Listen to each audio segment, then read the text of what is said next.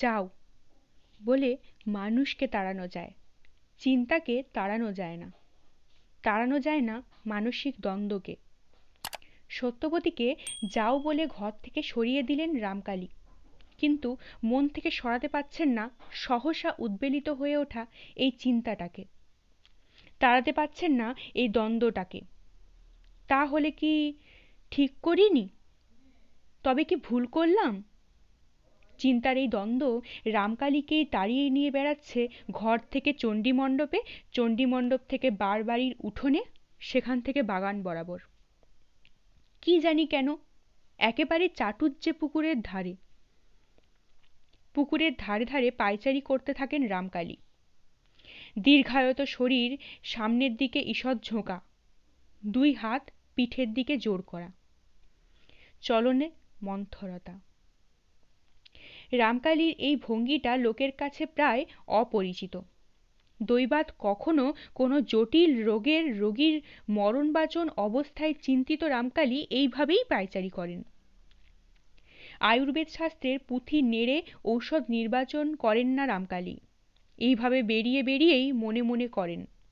হয়তোবা পুঁথির পৃষ্ঠাগুলো মুখস্থ বলেই সেগুলোকে আর না নাড়লেও চলে, শুধু ভেবে দেখলেই চলে।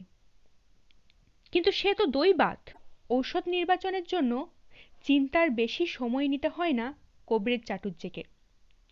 রোগীর চেহারা দেখলেই মুহূর্তে রোগ এবং তার নিবারণের ব্যবস্থা দুইই তার অনুভূতির বাতায়নে এসে দাঁড়ায়। তাই চিন্তিত মূর্তিটা তার কদাচিৎ দেখতে পাওয়া যায়।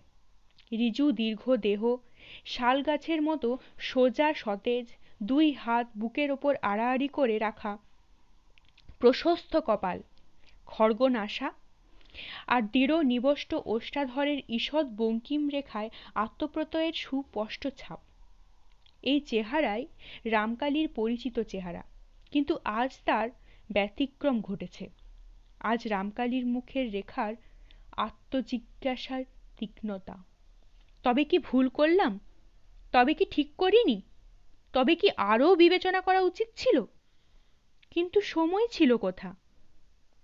বারবার ভাবতে চেষ্টা করছেন রামকালী। তিনি কি বুদ্ধিভ্রংশ হয়েছেন? তাই একটা অবোধ শিশুর এলোমেলো কথার ওপর একটা মূল্য আরোপ করে এতখানি বিচলিত হচ্ছেন? কি আছে এত বিচলিত হবার? সত্যই তো, ত্রিভুবনে সতীন কি কারো হয় না? অসংখ্যই তো হচ্ছে। বরং নিঃস্বপ্ন স্বামীসুখ কটা মেয়ের ভাগ্যে জোটে সেটাই আঙুল গুনে বলতে হয়। কিন্তু এ চিন্তা দাঁড়াচ্ছে না। চেষ্টা করে আনা যুক্তি ভেসে যাচ্ছে হৃদয় তরঙ্গে ওঠা পড়া, কিছুতেই উড়িয়ে দিতে পারছেন না এক ফোঁটা একটা মেয়ের কথাগুলোকে। বহুবিধ গুণের সমাবেশে উজ্জ্বল বর্ণাঢ্য চরিত্র রামকালীর, পুরুষের আদর্শস্থল, তবু সে চরিত্রের গাঁথনিতে একটু বুঝি খুঁত আছে। মানুষকে মানুষের মর্যাদা দেবার শিক্ষা তার আছে, শিক্ষা আছে বয়োজ্যেষ্ঠকে সম্মান সমীহ করবার, কিন্তু সমগ্র মেয়ে মানুষ যাত্রার প্রতি নেই তেমন সম্ভ্রমবোধ, নেই সম্যক মূল্যবোধ। যে যাত্রার ভূমিকা হচ্ছে শুধু ভাত সেদ্ধ করবার, ছেলে ঠ্যাঙাবার, পাড়া বেড়াবার, পরচর্চা করবার, কোন্দল করে অকথ্য অশ্রাব্য গালিগালাজ করবার, দুঃখে কেঁদে মাটি ভেজাবার আর শোকে উন্মাদ হয়ে বুক চাপড়াবার, তাদের প্রতি প্রচ্ছন্ন একটা অবজ্ঞা ছাড়া আর কিছুই আসে না রামকালীর। অবশ্য আচারে আচরণে ধরা পড়ে না, ধরা পড়ে না হয়তো নিজের কাছেও, তবু অবজ্ঞাটা মিথ্যা নয়। কিন্তু সম্প্রতি খুদে একটা মেয়ে যেন মাঝে মাঝে তাকে ভাবিয়ে তুলছে, চমকে দিচ্ছে, বিচলিত করছে। মেয়ে মানুষ সম্পর্কে আর একটু বিবেচনাশীল হওয়া উচিত কি না এ প্রশ্নের সৃষ্টি করছে। আকাশে সন্ধ্যা নামেনি, কিন্তু তাল নারিকেলের সারি ঘেরা পুকুরের কোলে কোলে সন্ধ্যার ছায়া। এই প্রায়ান্ধকার পথটুকুতে পায়চারি করতে করতে সহসা রামকালীর চোখের দৃষ্টি ঈগলের মতো তীক্ষ্ণ হয়ে ওঠে। কে? ঘাটের পৈঠের এক্কেবারে শেষ ধাপে অমন করে বসে ও কে? কই এতক্ষণ তো ছিল না, কখন এলো? কোন পথ দিয়েই বা এলো? আর কেনই বা এলো এমন ভরা ভরা সন্ধ্যায় একা একা? এ সময়ে ঘাটের পথে এখন একা মেয়েরা কদাচিৎ আসে, অবশ্য মোক্ষদা বাদে। কিন্তু দূর থেকে কে তা ঠিক বুঝতে না পারলেও মোক্ষদা যে নয় সেটা বুঝতে পারলেন রামকালী। তবে কে? অভূতপূর্ব একটা ভয়ের অনুভূতিতে বুকের ভেতরটা কেমন শিরশির করে উঠল। রামকালীর পক্ষে এ অনুভূতি নিতান্তই নতুন। অন্ধকার দ্রুত গাঢ় হয়ে আসছে, দৃষ্টিকে তীক্ষ্ণতর করেও ফল হচ্ছে না, অথচ এর চেয়ে কাছাকাছি গিয়ে ভালো করে নিরীক্ষণ করবার মতো অসঙ্গ কাজও রামকালীর পক্ষে সম্ভব নয়। কিন্তু একেবারে অগ্রাহ্য করলেই বা চলে কি করে? সন্দেহ যে ঘনীভূত হচ্ছে, এ আর কেউ নয়, নিঘাত রাসুর বউ। কিন্তু সত্য কি করল? সত্যবতী পাহারা দেওয়ার নির্দেশটা পালন করলো কই? দিব্যি বড়সড় একটা কলসি ওর সঙ্গে রয়েছে মনে হচ্ছে। যারা সাঁতার জানে তাদের পক্ষে জলে ডুবে মরতে কলসিটা নাকি সহায় সহায়ক। তার ছেলে মানুষ একটা মেয়ে যদি ওই কলসিটা গলায় বেঁধে... চিন্তাধারা ওই একটা দুশ্চিন্তার শিলাপাথরকে ঘিরেই পাক খেতে থাকে। কিছুতেই মনে আসে না অসময়ে জলের প্রয়োজনেও কলসি নিয়ে পুকুরে আসতে পারে লোক। তবে এটা ঠিক, জল ভরবার তাগিদ কিছু দেখা যাচ্ছে না ও ভঙ্গিতে। কলসির কানাটা ধরে চুপচাপ বসে থাকাকে কি তাগিদ বলে? না, জলের জন্যে অন্য কেউ নয়, এ নিঘাত রাসুর বউ। মরবার সংকল্প নিয়ে ভরা সন্ধ্যায় একা পুকুরে এসেছে, তবু চট করে বুঝি সব শেষ করে দিতে পারছে না। শেষবারের মতো পৃথিবীর রূপ রস শব্দ স্পর্শের দিকে তাকিয়ে নিতে চাইছে। শুধুই কি তাই? তাকিয়ে নিয়ে নিঃশ্বাস ফেলে ভাবছে নাকি কার জন্য তাকে এই শোভা সম্পদ, এই সুখভোগ থেকে বঞ্চিত হতে হলো? হঠাৎ চোখ দুটো জ্বালা করে এলো রামকালীর। এই জ্বালা করাকে রামকালী চেনেন না। এ অনুভূতি সম্পূর্ণ নতুন, সম্পূর্ণ আকস্মিক। কিন্তু দাঁড়িয়ে দাঁড়িয়ে দেখলে তো চলবে না, এক্ষুনি একটা বিহিত করতে হবে, নিবৃত করতে হবে মেয়েটাকে। অথচ উপায় কি? রামকালী তো আর মেঘ ঘাটে নেমে হাত ধরে তুলে আনতে পারবে না, পারেন না ওকে সদুপদেশ দিয়ে এই সর্বনাশের সংকল্প থেকে ফেরাতে।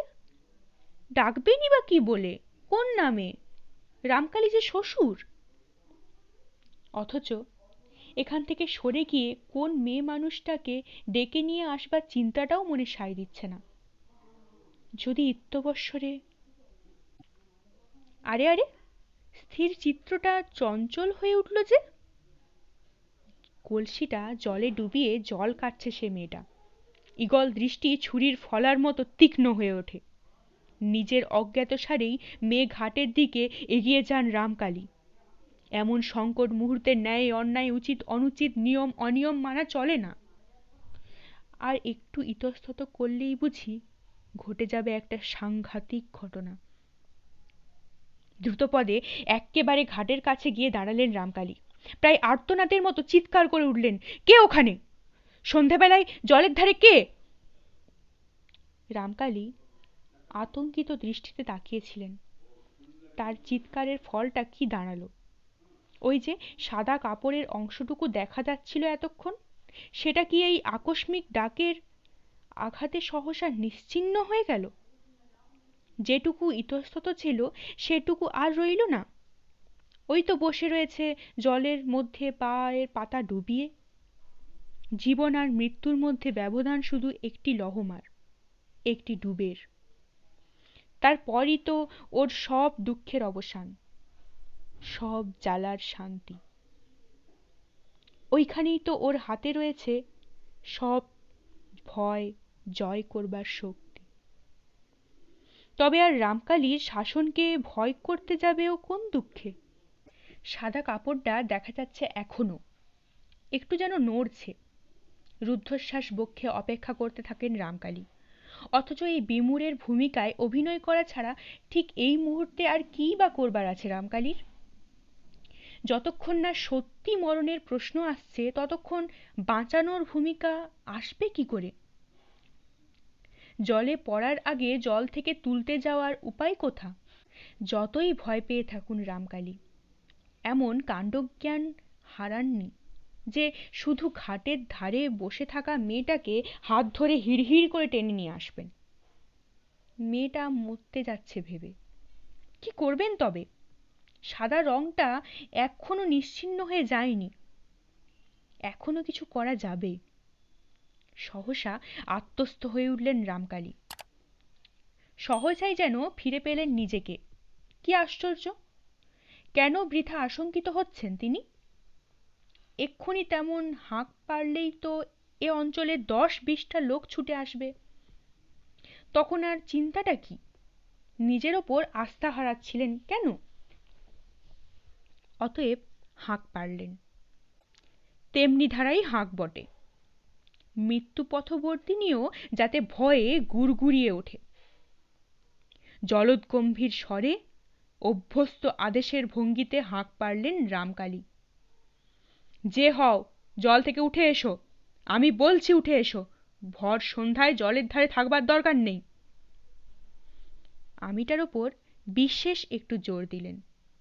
না, হিসাবের ভুল হয়নি রামকালীর, কাজ হলো। এই ভরাট ভারী আদেশের সুরে কাজ হলো। কলসিটা ভরে নিয়ে তাড়াতাড়ি উঠে এলো মেয়েটা এক গলা ঘোমটা টেনে। সাদা রংটার গতিবিধি লক্ষ্য করে বুঝতে পারলেন রামকালী ঘাটের সিঁড়ি দিয়ে উঠে আসছে ও। আর একবার চিন্তা করলেন রামকালী, পাশ কাটিয়ে চলে যাবেন নাকি নির্বুদ্ধি মেয়েটাকে একটু সদুপদেশ দিয়ে যাবেন। সাধারণত শ্বশুর বউয়ের সম্পর্কে কথা কওয়ার কথা ভাবাই যায় না, কিন্তু চিকিৎসক হিসাবে রামকালীর কিছুটা ছাড়পত্র আছে। বাড়ির বউ ঝির অসুখ বিসুখ করলে মোক্ষদা কি দিনতারিণী রামকালীকে খবর দিয়ে ডেকে নিয়ে যান এবং তাদের মাধ্যমে হলেও পরোক্ষে অনেকটা সময় রোগিণীকে উদ্দেশ্য করে কথা বলতে হয় রামকালীকে। কথা ঠান্ডা লাগানো বা কুপথ্য না নিয়ে নির্দেশ। তেমন বাড়াবাড়ি না হলে অবশ্য রোগী দেখার প্রশ্নই ওঠে না। লক্ষণ শুনেই ওষুধ নির্বাচন করে দেন, কিন্তু বাড়াবাড়ির ক্ষেত্রে বলতে হয় বই কি। অবশ্য যথাসাধ্য দূরত্ব ও সম্ভ্রম বজায় রেখেই বলেন। পুত্রবধূ অথবা ভাতৃপুত্র সম্পর্কীয়দের আপনি ভিন্ন তুমি বলেন না কখনো রামকালী। বলাই তো বিধি। বিধি একেবারে লঙ্ঘন করলেন না রামকালী, তবু কিছুটা করলেন। পাশ কাটিয়ে চলে না গিয়ে একটা গলা খাকড়ি দিয়ে বলে উঠলেন, এ সময় এরকম একা ঘাটে কেন? আর এরকম আসবেন না, আমি নিষেধ করছি। আর একবার আমিটার উপর জোর দিলেন রামকালী। সম্মুখবর্তিনী অবশ্য কাষ্ঠপুত্তলি যাবৎ রামকালীর সামনে গিয়ে হেঁটে চলে যাবেন, এমন ক্ষমতা অবশ্য ভাবার কথাও নয়। রামকালী কথা শেষ করলেন, বাড়িতে শুভ কাজ হচ্ছে, মন ভালো করতে হয়, এমন তো হয়েই থাকে। দ্রুত পদক্ষেপে এবার চলে গেলেন রামকালী। রামকালী চলে গেলেও কাঠের পুতুলখানা আরো কিছুক্ষণ কাঠ পাথরের মতো দাঁড়িয়ে থাকে। কি ঘটনা ঘটে গেল যেন বুঝতেই পারে না। কি হলো? এটা কি করে সম্ভব হলো? এমন তো হয়েই থাকে, মানে কি? উনি কি তাহলে সব জেনেছেন, জেনেও ক্ষমা করে গেলেন? মাথা ঠান্ডা রেখে সদুপদেশ দিয়ে গেলেন মন ভালো করতে? সত্যিই কি তবে উনি দেবতা? দেবতা ভেবেও বুকের কাঁপুনি আর কমতে চায় না শঙ্করীর। হ্যাঁ, শঙ্করী। রাসুর বউ সারদা নয়, কাশীশ্বরীর বিধবা নাথ বউ শঙ্করী। চিরদিন বিদ্যালয়বাসিনী কাশীশ্বরীর একটা মেয়ে সন্তান, তাও মরেছিল অকালে। মা মরা দত্তুরটাকে বুকে করে 1 বছরেরটি থেকে 18 বছরের করে তুলতে সাধ করে সুন্দরী মেয়ে দেখে বিয়ে দিয়েছিলেন কাশীশ্বরী। কিন্তু এমন রাক্ষসে বউ যে বছর না ঘুরতেই দিরাগমন হলো না। তা বাপের বাড়িতেই ছিল এ যাবৎ। কিন্তু এমনি মন্দকপাল শঙ্করীর যে মা বাপকেও খেয়ে বসল। ছিল কাকা, সে সেদিন ভাইজিকে ঘাড়ে করে বয়ে দিয়ে গেছে চাটুজ্যেদের এই সদাব্রতর সংসারে। না দিয়েই বা করবে কি? শুধুই তো ভাত কাপড় জোগানো নয়, নজর রাখে কে? শ্বশুরকুলে থাকলে তবু সহজেই দাবে থাকবে। আর কপাল যার মন্দ তার পক্ষে শ্বশুর বাড়ির উঠোনে ঝাঁটা দিলেও একবেলা এক মুঠো ভাত খেয়ে পড়ে থাকা মান্যের। বাপ কাকার ভাত হলো অপমান্যির ভাত। এসব বুঝিয়ে সুঝিয়ে কাকা সেই যে ছেড়ে দিয়ে গেছে, ব্যাস বছর কাবার হতে চলল, উদ্দিশ নেই। অথচ এখানে শঙ্করী উঠতে বসতে খোঁটা খেতে হচ্ছে চালচলনের অভব্যতায়। 19 বছরের আগুনের খাপড়া, এতখানি বয়স অবধি বাপের ঘরে কাটিয়েছে, তাকে বিশ্বাসী বা কি? বিধবার আচার আচরণই তো শেখেনি। নইলে বামুনের বিধবা এতটুকু জানে না যে রাতে চাল ভাজার সঙ্গে শশা খেতে হলে আলাদা পাত্রে খেতে হয়, এক পাত্রে রাখলে ফলার হয়। এমন কি কামড়ে কামড়েও খেতে নেই, আলগোছে টুকরো করে মুখের মধ্যে ছুঁড়ে দিয়ে তবেই চাল ভাজার সঙ্গে খাওয়া চলে। তা নয়, সুন্দরী দিব্যি করে একখানা শশা কেটে খেলো চাল ভাজার সাথে পাশে নিয়ে। যাই ভাগ্যিস মোক্ষদার চোখে পড়ে গেল, তাই না জাত ধর্ম রক্ষে? কিন্তু সেই একটাই নয়, পদে পদে অনাচার ধরা পড়ে শঙ্করীর।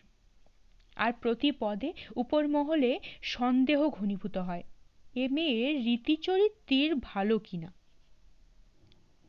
তা রামকালীর এত তথ্য জানবার কথা নয়, তবে কোন দিন কোন অনাথা আপিরা চাটুজ্যের সংসারে ভর্তি হচ্ছে সে কথা মনে রাখার অবকাশ তার কোথায়? কাজে কাজেই রাসুর বউয়ের প্রশ্ন নিয়েই চিন্তাকে প্রবাহিত করেছেন। তাছাড়া পুকুরের উঁচু পাড় থেকে ঠিক ঠাওরাতে হয়নি। সাদা ওই বস্ত্রখণ্ডটুকুর কিনারায় একটু রঙের রেখা আছে কি নেই, কিন্তু না, সারদা মরতে আসেনি। সত্যবতী পিতৃ আদেশের সঙ্গে সঙ্গেই তাকে কড়া পাহারায় রাখতে শুরু করেছে। আর পাহারা না দিলেও মরা এত সহজ নয়। মরব বলেছে বলেই যে সত্যই সদ্য আগত সতীনের হাতে স্বামী পুত্র দুই তুলে দিয়ে পুকুরের তলায় আশ্রয় খুঁজতে যাবে তা নয়। জ্বালা নিয়ে বেঁচে থাকতে হবে তাকে, অন্যকে জ্বালিয়ে পুড়িয়ে খাবার ব্রত নিয়ে। মরতে এসেছিল শঙ্করী, মরতে এসেছিল, তবু মরতে পারছিল না। বসে বসে ভাবছিল মরণের দশা যখন ঘটেছে তার, তখন মৃত্যু ছাড়া পথ নেই। কিন্তু কোন মৃত্যুটা সেও?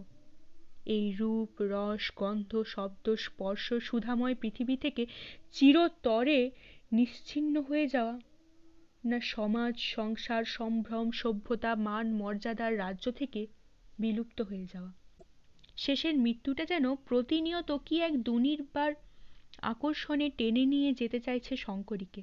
কিন্তু শঙ্করী তো জানে সেখানে অনন্ত নরক। তাই না যে পৃথিবীর সকরুণ মিনতির দৃষ্টি মেলে তাকিয়ে আছে ভোরের সূর্য আর সন্ধ্যার মাধুরীর মধ্যে। তার কাছ থেকে বিদায় নিতে এসেছিল শঙ্করী, কিন্তু পারল কই? শুধু কি মামা ঠাকুরের দুর্লঙ্ঘ আদেশ? ঘাটের পৈঠাগুলেই কি তাকে দুর্লঙ্ঘ বাঁধনে বেঁধে রাখেনি? তবে কি শঙ্করীর মৃত্যু বিধাতার অভিপ্রেত নয়?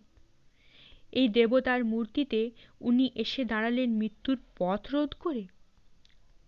হঠাৎ এমনও মনে হলো শঙ্করীর, সত্যিই মামা ঠাকুরই তো, নাকি কোনো দেবতার ছল? ঠাকুর দেবতারা মানুষের ছদ্মবেশে এসে মানুষের ভুল ঠিক বুঝিয়ে দিয়ে যান, অভয় দিয়ে যান, এমন তো কতই শোনা যায়। বাড়ি ফিরে শঙ্করী যদি কোনো প্রকারে টের পায় রামকালী এখন কোথায় রয়েছেন, তা হলেই সন্দেহ ভঞ্জন হয়।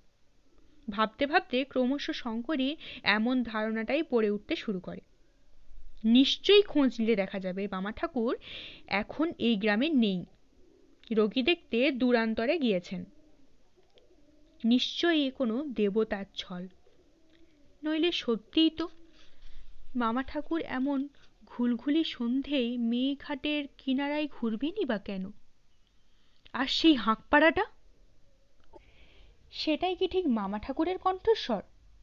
মাঝে মাঝে তো ভেতর বাড়িতে আসেন মামা ঠাকুর, কথাবার্তাও কন মার সঙ্গে, খুড়ির সঙ্গে, পিসির সঙ্গে, কই গলার শব্দে তো এতটা চড়া সুর শোনা যায় না। মৃদু গম্ভীর ভারী ভরাট গলা, আর কথাগুলিও দৃঢ় গম্ভীর। এ মামা ঠাকুরকে দেখলে পুণ্যি হয়। বড় মামা ঠাকুরের মতন নন ইনি। বড় মামা ঠাকুরকে দেখলে ভক্তি ছেদ্দা ছুটে পালায়। কিন্তু কথা হচ্ছে, দেবতার ছদ্মবেশ সম্বন্ধে এক্কেবারে নিঃসংশয় হবার উপায়টা কি? কোথায় মেয়ে মহল আর কোথায় পুরুষ মহল? চাটুজ্যেদের এই শতখানেক সদস্য সম্বলিত সংসারে স্ত্রীরাই সযত্নে স্বামীদের তত্ত্ব পান না, তা আর কেউ? অবশ্যই পুরুষের তত্ত্ববার্তা নেবার প্রয়োজনটাই বা কি মেয়েদের? দুজনের জীবনযাত্রার ধারা তো সম্পূর্ণ বিপরীতমুখী। পুরুষের কর্মধারার চেহারা যেমন মেয়েদের অজানা, সেদিকে উকি মারবার সাহস মেয়েদের নেই, তেমনি পুরুষের নেই অবকাশ মেয়েদের কর্মকাণ্ডের দিকে অবহেলার দৃষ্টিটুকুও নিক্ষেপ করবার। এই ভিটেই বাস করলেও, একই ভিটেই বাস করলেও উভয়ে ভিন্ন আকাশের তারা। তবুও মনে হতে লাগলো শঙ্করীর, কোনো উপায়ে একবার খোঁজ করা যায় না মামা ঠাকুর বাড়িতে আছেন কিনা, থাকলে কি অবস্থায় আছেন। এই মাত্র ফিরলেন না, অনেকক্ষণ বসে আছেন। আহা, মামা ঠাকুরের সঙ্গে যদি কথা কইতেই পারা যেত, তাহলে বোধ করি ভগবানকে দেখতে পাওয়ার আশাটা মিটত শঙ্করীর।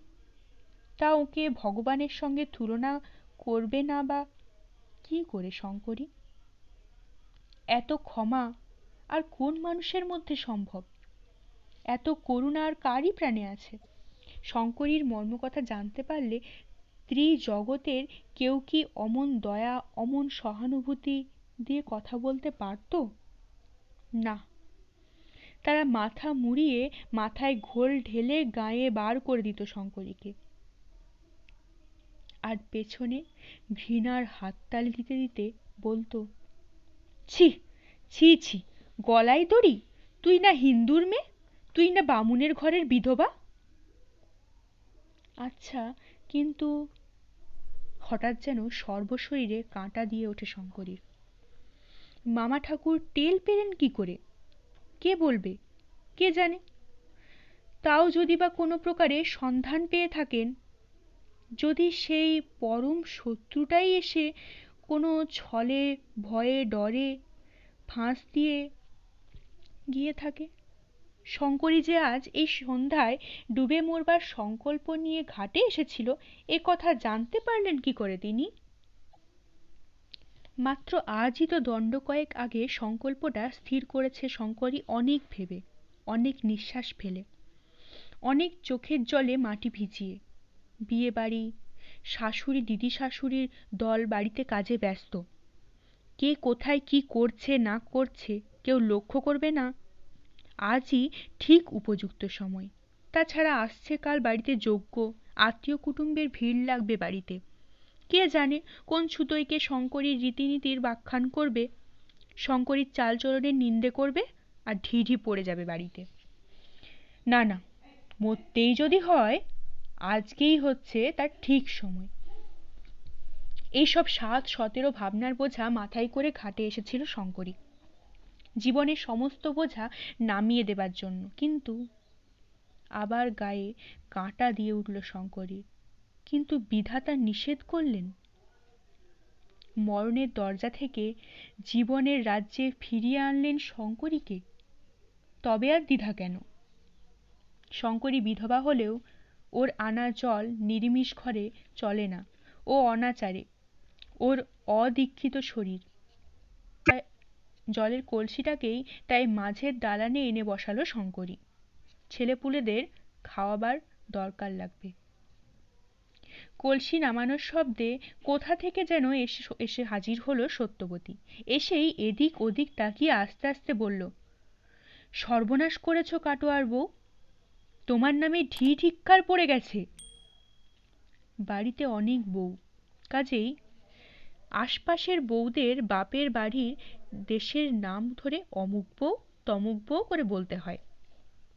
তাছাড়া শঙ্করী নবাগতা, ওর আর পর্যায়ক্রমে মেজ সেজ দিয়ে নামকরণ হয়নি। বুকটা ধড়াস করে উঠল শঙ্করীর। কিসের সর্বনাশ? তবে কি সব ধরা পড়ে গেছে? ঘরের কোণে রাখা মাটির প্রদীপের আলোয় মুখের রং গড়ন দেখা গেল না, শুধু গলার স্বরটা শোনা গেল কাঁপা কাঁপা, ঝাপসা ঝাপসা। কিসের সর্বনাশ রাঙা ঠাকুরঝি? আজ না তোমার লক্ষ্মীর ঘরে সন্ধে দেবার পালা ছিল? সত্যর কণ্ঠস্বরে বিস্ময় আর সহানুভূতি। লক্ষ্মীর ঘরে সন্ধে দেখানোর পালা? ও, শুধু এই? বুকের পাথরটা নেমে গেল শঙ্করীর। হালকা হলো বুক। হোক এটা ভয়ানক মারাত্মক একটা অপরাধ, আর তার জন্য যত কঠিন শাস্তি হোক মাথা পেতে নেবে শঙ্করী। অবশ্য এই দরদের ধিক্কারে চোখে জল এসে গিয়েছিল তার। সত্য গলাটা একটু খাটো করে বলে, আর তাও বলি কাটোয়ার বউ, এই ভর সন্ধে পর্যন্ত ঘাটে থাকার তোমার দরকারই বা কি ছিল? সাপ খোপ আছে, আনাচে কানাচে কুলোক আছে। শঙ্করী সাহসে বুক বেঁধে বলে, দিদিমা খুব রাগ করেছিলেন বুঝি? রাগ? রাগ হলে তো কিছুই না, হচ্ছিল গিয়ে তোমার ব্যাখ্যান। সত্যবতী হাত মুখ নেড়ে বলে, আর সত্যিও বলি কাটোয়ার বউ, তোমারই বা এত বুকের পাটা কেন? ভর সন্ধেবেলা একা ঘাটে গিয়ে যুগ যুগান্তর কাটিয়ে আসা কেন? আবার আজই সন্ধে দেখানোর পালা? ঠাকমার তো তোমার পাশ পেরে কাটতেই চাইছিল, তাই কাটো না ভাই তোমরা আমায়। শঙ্করী ব্যগ্র কণ্ঠে বলে, তা হলে তোমরাও বাঁচো, আমারও মনস্কামনা সিদ্ধ হয়। সত্য ভ্রু ভঙ্গি করে গালে হাত দিয়ে বলে, ও মা, তোমার আবার কিসের মনস্কামনা? তুমি আবার বড় বউয়ের মতন বোল করছো কেন? বড় বউ যে এতক্ষণ আমায় বলছিল, আমায় একটু বিষ এনে দাও ঠাকুরঝি খাই। তোমার দাদার হাতের সুতো খোলার আগেই যেন আমার মরণ হয়, সে দৃশ্য দেখতে না হয়। সত্যি বলতে কি, সারদার সঙ্গে শঙ্করীর এখনো তেমন ভাব হয়নি। প্রথম তো বয়সের ব্যবধান, তাছাড়া সারদা ছিল স্বামী সোহাগিনী নবপুত্রবতী, আর শঙ্করী ছাই ফেলতে ভাঙাকুলো। আরও একটা কথা, দুজনের এলাকা আলাদা। শঙ্করীকে থাকতে হয় বিধবা মহলে, তাদের হাতে হাতে মুখে মুখে ফাই ফরমাস খাটতে সারদার সধবা মহল জীব। খাওয়া শোয়া বসা সব কিছুর মধ্যে আকাশ মাটির পার্থক্য। কিন্তু আপাতত সারদা অনেকটা নেমে পড়েছে, এখন শঙ্করীও তাকে করুণা করতে পারে, তাই করে শঙ্করী। দরদে সুরে বলে, তা বলতে পারে বটে আবাকি। বলি সে নয় বলতে পারলো, তোমার কি হলো? তোমার আকস্মাৎ কিসের জ্বালা উঠল? আমার পোড়া কপালে তো সর্বদাই জ্বালা ঠাকুরঝি। শঙ্করী নিঃশ্বাস ফেলে। সত্য হাত নেড়ে বলে, আহা, কপাল তো আর তোমার আজ পড়েনি গো। ঠাকমারা তো সেই কথাই বলছিল, স্বামীকে তো কোন জন্মে ভুলে মেরে দিয়েছ। তবে আবার তোমার সদাই মন উচাটন কিসের? কিসের চিন্তা করো রাত দিন? মরণের। শঙ্করী দালানের দেয়ালে পিঠ ঠেকিয়ে বসে বলে পড়ে, ও ছাড়া আমার আর চিন্তা নেই। তা ভালো। সত্য আবার দুই হাত নেড়ে কথার সমাপ্তিতে মল বাজিয়ে বলে চলে, সব মেয়ে মানুষের মুখে দেখি এক রাগ, মরবো মরছি, মরণের হয়তো বাঁচি, এ তো আচ্ছা ফ্যাসাদ। শঙ্করী আর এ কথায় উত্তর দেয় না, বসে বসে হাঁপাতে থাকে। আসুক ঝড়, আসুক বজ্রাঘাত, এখানে বসে বসেই মাথা পেতে নেবে সে। উঠে গিয়ে পায়ে হেঁটে ঝড়ের মুখে পড়বার শক্তি নেই। তা একটু বসে থাকতে থাকতে ঝড় এলো, কিংবা শুধু ঝড় নয়, বৃষ্টি বজ্রাঘাতও তাকে সঙ্গে করে এনেছে। শঙ্করী ফিরেছে শুনে খোঁজ নিতে এসেছে কাশীশ্বরী আর মুখ্যদা, পিছনে দর্শকের ভূমিকায় ভুবনেশ্বরী, রামকালীর স্ত্রী। অপরাধটা হচ্ছে লক্ষ্মীর ঘরে যথাসময়ে প্রদীপ না দেওয়ার। কিন্তু শাস্তির আশঙ্কায় সমস্ত শরীর কণ্টকিত হয়ে ওঠার সঙ্গে সঙ্গে শঙ্করীর মনের পটে সে ছবি ভেসে উঠল। সেটা লক্ষ্মীর ঘট অথবা গৃহদেবতার পটগুলির নয়। নিজের যে অপরাধের শাস্তির আশঙ্কাটা সমস্ত দেহ মন শিথিল করেছিল শঙ্করীর, সে অপরাধের সঙ্গে এ বাড়ির এমনকি এ গ্রামেরও কোনো সম্পর্ক নেই। অপরাধের জায়গাটা হচ্ছে শঙ্করীর বাপের বাড়ির আমবাগান। সময়টা গা ঝিমঝিমে ভর-দুপুর। নতুন ফাল্গুনের থেকে থেকে ঝিরিঝিরি আর থেকে থেকে দমকা বাতাস বইছে। আর নতুন গুটি বাঁধা আম গাছগুলো সে বাতাসে তার মাতলামির খেলা জুড়েছে। কিছু কিছু গাছ কিন্তু খানিকটা পিছিয়ে আছে, তাদের এখনো বোল ঝরে আম হয়নি। পাতার ফাঁকে ফাঁকে মঞ্জরির সমারোহ। নির্জন দুপুরে সেই বাগানে শঙ্করী আর নগেন। নগেনের হাতের মধ্যে শঙ্করীর হাত, আলগা করে এলিয়ে পড়ে থাকা নয়, হাতখানা বজ্র মুষ্টিতে ধরে রেখেছে নগেন। পাছে শঙ্করী পালিয়ে যায়। যতক্ষণ না নগেনের বক্তব্যটা সম্পূর্ণ শেষ হবে ততক্ষণ শঙ্করী ছাড়ার নেই। অনেক দিন ধরে অনেক ছোটখাটো কথা, অনেক ইশারা ইঙ্গিতের দূর মারফত নিজের বক্তব্য জানিয়েছে নগেন শঙ্করীকে। অনেক করুণ দৃষ্টি, অনেক চোরা হাসির সওগাতে। আজ বোধ করি একেবারে হেস্তনেস্ত করতে চায় সে। কিন্তু নগেন কি শঙ্করীকে গায়ের জোরে এই নির্জন আমবাগানে টেনে এনেছিল, মুখে কাপড় বেঁধে পাঁজা কোলা করে? তা তো নয়। সহায় সম্বলহীন ছেলেটার অত সাহস কোথা? মাসির বাড়ির অন্ন খেয়ে খেয়েই তো মানুষ। শঙ্করীর কাকি নগেনের মাসি। মা মোরা বোনপোকে কাছে এনে মানুষ করছেন কাকি নিজের ছেলেদের সঙ্গে, যে সংসারে শঙ্করীও বেড়ে উঠছে। মাঝখানে শুধু একটা বিয়ের ব্যাপার, কিন্তু সে আর কদিনের? অষ্টমঙ্গলাতেই তো তার সমাপ্তি। এই বাড়িতে বাস করছে দুজনেই, ভাই বোনের মতো, অথচ আশ্চর্য, মনোভাবটা কিছুতেই যেন ভাই বোনের মতো তৈরি হলো না। কেন ছোট্টবেলা থেকে শঙ্করী নিজের খুড়তো দাদাদের শঙ্করীর চুলের মুঠি ধরেছে, আর পান থেকে চুন খসলে খিঁচিয়েছে। আর নগেন কেনই বা বারবার সেই দুঃখ যন্ত্রণায় স্নেহের প্রলেপ লাগিয়েছে, অত্যাচারীদের প্রতি কটূক্তি ধরেছে? পৃথিবীতে কি জন্য কি হয় শঙ্করীর বোধের বাইরে। বোধের জগৎটা ওর নেহাতি সীমাবদ্ধ। নইলে 18 বছরের বিধবা মেয়ের পক্ষে ভরা ভর দুপুরে আমবাগানে এসে একটা ব্যাটা ছেলের সঙ্গে কথা কওয়া যে কত দূর গর্হিত সে বোধ থাকা উচিত ছিল বই কি একটা 18 বছরের মেয়ের। কিন্তু সত্যি কি এটুকু বোধ ছিল না শঙ্করীর? 24 ঘন্টা কাকির দাঁতের পিসুনিতে সে বোধ জন্মায়নি? বাগানে এসেছিল কি শঙ্করী নির্ভয়ে নিশ্চিন্তে? না, অবোধ হলেও এতটা অবোধ নয় শঙ্করী। এসেছিল বুকের মধ্যে ভয়ের বাসা নিয়ে। সকালে যখন নগেন এ আবেদন জানিয়েছে তখন থেকেই বুকের মধ্যে ঢেকির পার পাচ্ছে তার।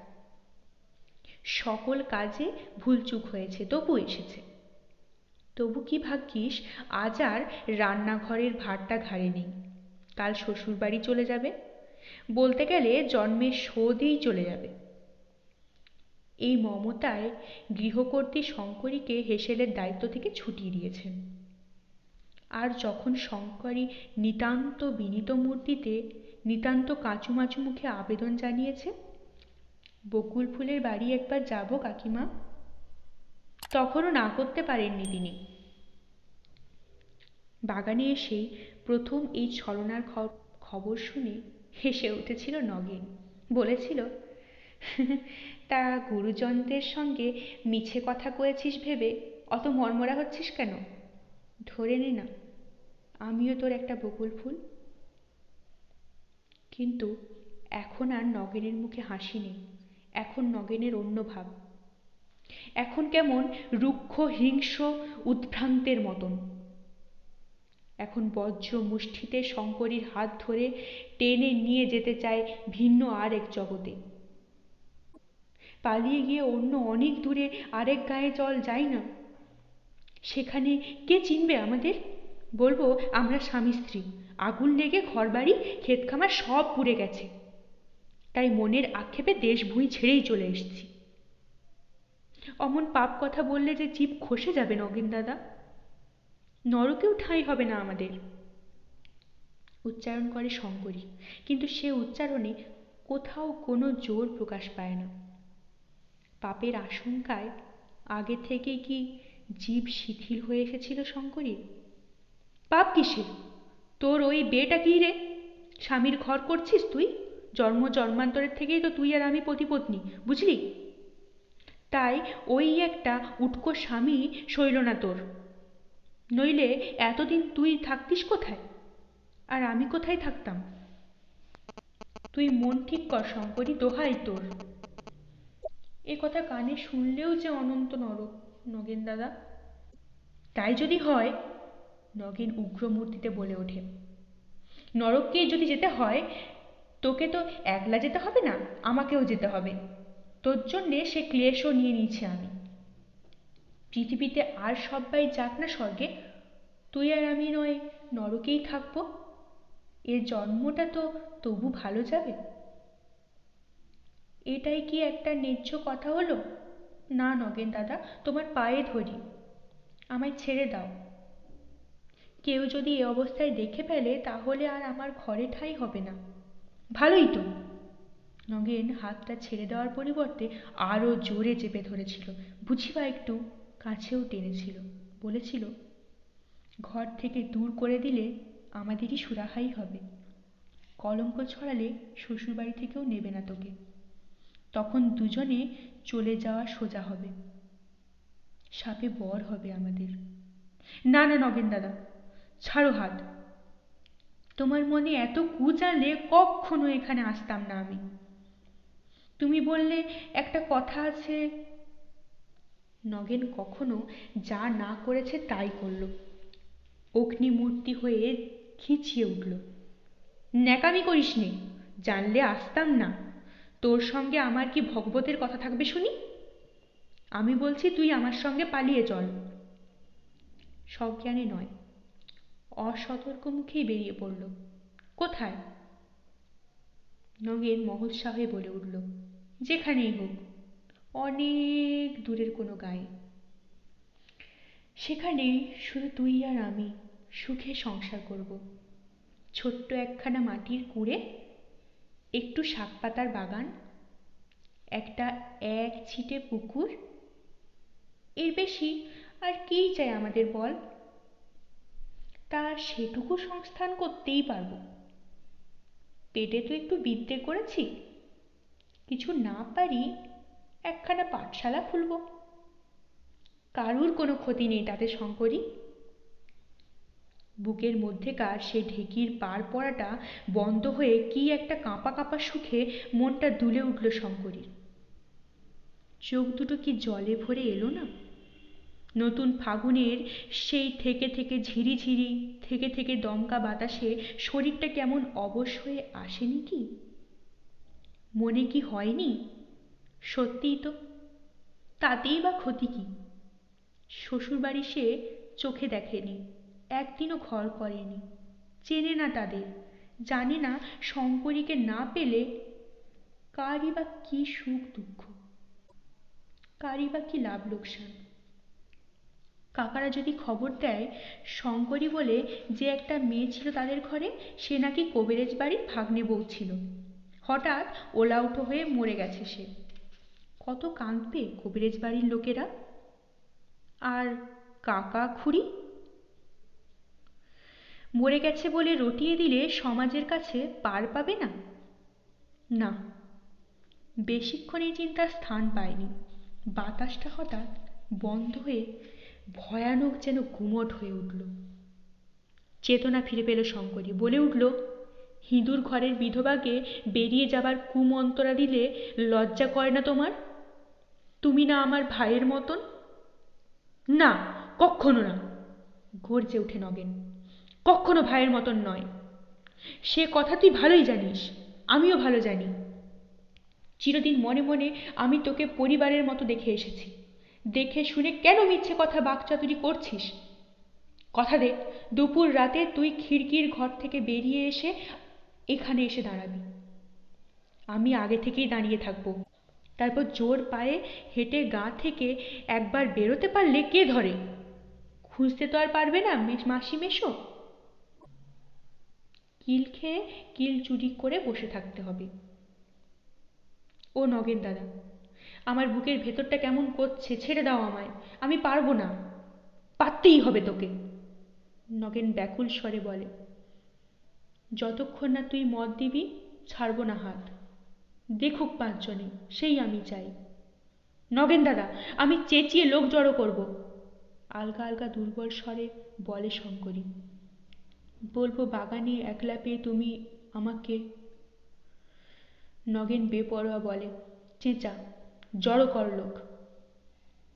নগেন দাদা গো, আমাকে বরং মেরেই ফেলো। আমি আর কি মারবো তোকে? মেরেই তো ফেলেছে সবাই মিলে। বাপের বাড়িতেই লাথি ঝেঁটা না খেয়ে এক মুখ ভাত জুটছিল না, মরার উপর খাড়ার ঘা, এরপর আবার শ্বশুর বাড়ি। সারা জন্মটা শুধু লাথি ঝেঁটাই সার। আমি বরং তোকে বাঁচাতে চাই, আদর করে যত্ন করে মাথার মণি করে রাখতে চাই। আমি চাই না তোমার আদর যত্ন। এবার একটু দৃঢ় শোনালো শঙ্করীর কণ্ঠস্বর, লাঠির ঝেঁটাই আমার ভালো। বটে, লাঠি ঝাঁটাই তোর ভালো। নগেন সহসা মারমুখী হয়ে একটা কাজ করে বসল। হ্যাঁ, আদর করে প্রেমালিঙ্গন নয়। মারমুখী হয়ে সহসা শঙ্করীকে সপাটে জড়িয়ে ধরল নগেন, ধরে বলে উঠল, বেশ, সেটাই যাতে আরো ভালো করে খাস তার ব্যবস্থা করছি, এই দিচ্ছি দেগে, তারপর গিয়ে তোর শ্বশুর বাড়ির গাঁয়ে গিয়ে রটাবো। ও আমার সঙ্গে মন্দ। কিভাবে যে নগেনের হাত থেকে নিজেকে ছাড়িয়ে নিয়েছিল শঙ্করী, কিভাবে যে এক্কেবারে ঘাটে ডুব দিয়ে বাড়ি গিয়ে বলেছিল বকুলপুরের বাড়ি যাওয়া হলো না, রাস্তায় যেতে একখানা ছুতো হাঁড়ি পায়ে ঠেকে গেল বলে এক্কেবারে নেয়ে বাড়ি ফিরতে হলো। আর কি করে যে অসময়ে নিয়ে মাথাটা ভার হয়েছে বলে দিনের বাকি সময়টা শুয়ে কাটালো, সেসব আর ভালো করে মনে পড়ে না শঙ্করীর। শুধু মনে আছে তার প্রবল কান্নার ব্যাপার দেখে কাকা শুদ্ধ মমতা মমতা গলায় সান্ত্বনা দিয়েছিল, কেন কাঁদছিস মা? মেয়ে মানুষকে তো শ্বশুর ঘর করতেই হয়, সেই হচ্ছে চিরকালের জায়গা। তাছাড়া কবিরাজ মশাই অতি সজ্জন ব্যক্তি, সংসারে খাওয়া পড়ার কোনো দুঃখ নেই, ভালো থাকবি, সুখে থাকবি। তবু আরো আকুল হয়ে কেঁদেছিল শঙ্করী, অগত্যা খুড়িকে পর্যন্ত বলতে হয়েছিল, আবার আসবি, পালা পার্বণে আসবি, আমরা কি তোকে পর করে দিচ্ছি? বছর ঘুরে গেল, খুড়ির প্রতিশ্রুতি খুড়ি রাখেনি।